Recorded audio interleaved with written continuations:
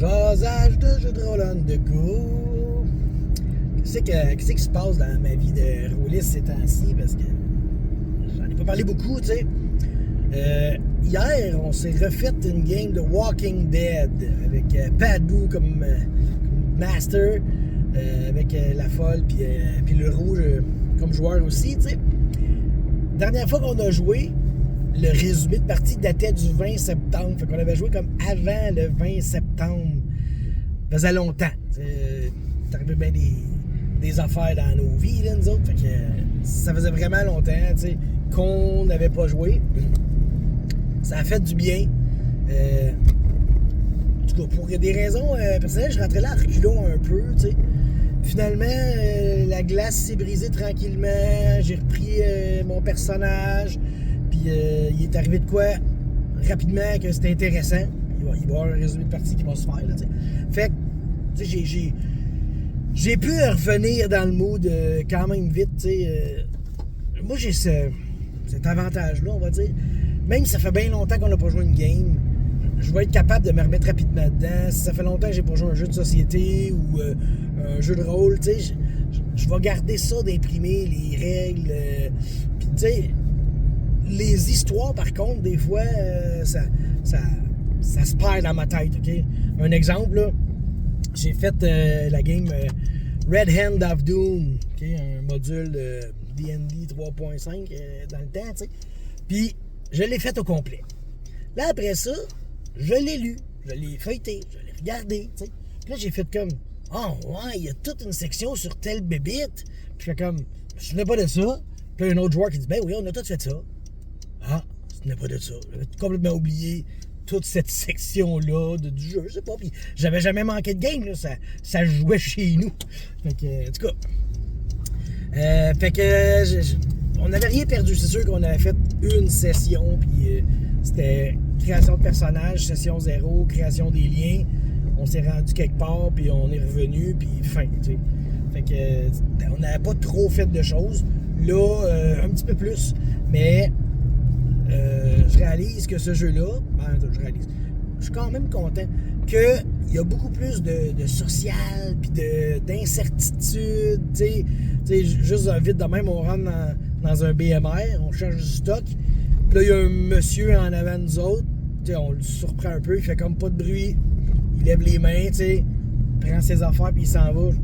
Regarde, on veut pas de marde, tu sais. C'est juste cette interaction-là qui a rien fait. On n'a même pas...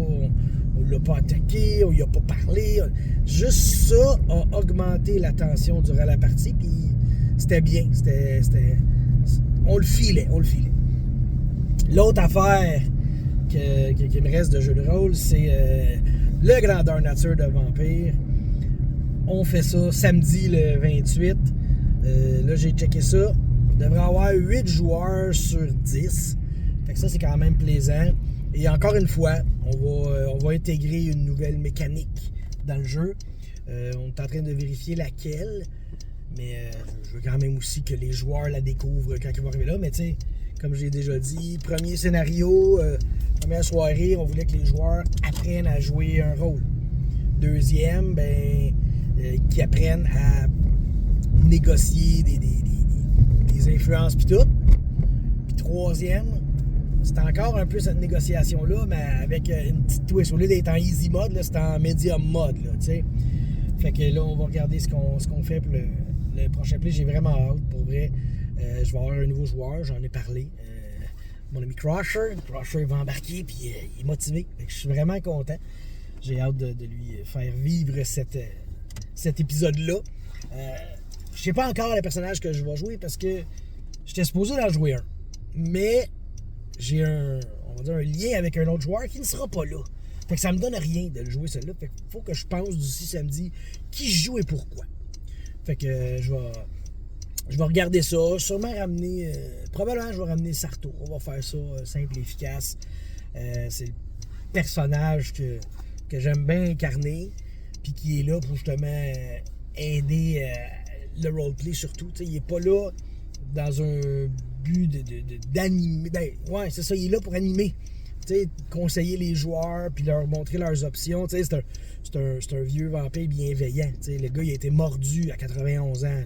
C'est un petit vieux, mais il y avait des contacts, puis tout. C'est probablement lui que je vais ramener. Je vais checker là, dans mon coffre de costumes, là, mais ça va sûrement être lui. Sinon, c'est ça. Il y a Night Bellow qui est toujours en pause. Puis là, la vie étant ce qu'elle est, ça va repartir vraiment plus tard. T'sais.